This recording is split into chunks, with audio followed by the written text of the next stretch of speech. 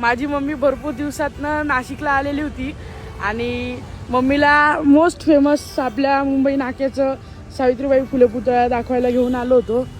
तर खूप छान वाटतंय मम्मीसोबत फिरून. आणि भरपूर लोक मला प्रश्न विचारतात की तू इतका ग्रो करतोय, तू इतका फेमस होतोय, तुझ्या मम्मीला कसं वाटतं.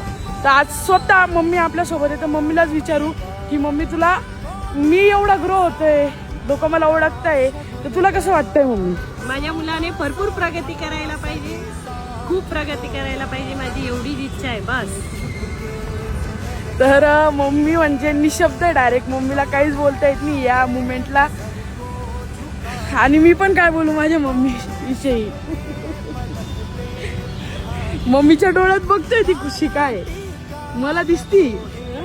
मम्मी बोलू नाही शकत पण मी मम्मीच्या डोळ्यात बघू शकतो की काय विचार करते मम्मी माझ्याबद्दल. आणि खरंच मम्मीच्या डोळ्यात मला दिसतं की मम्मीला मला कुठं बघायचंय काही वर्षानंतर माझ्या मम्मीला. असं आहे का?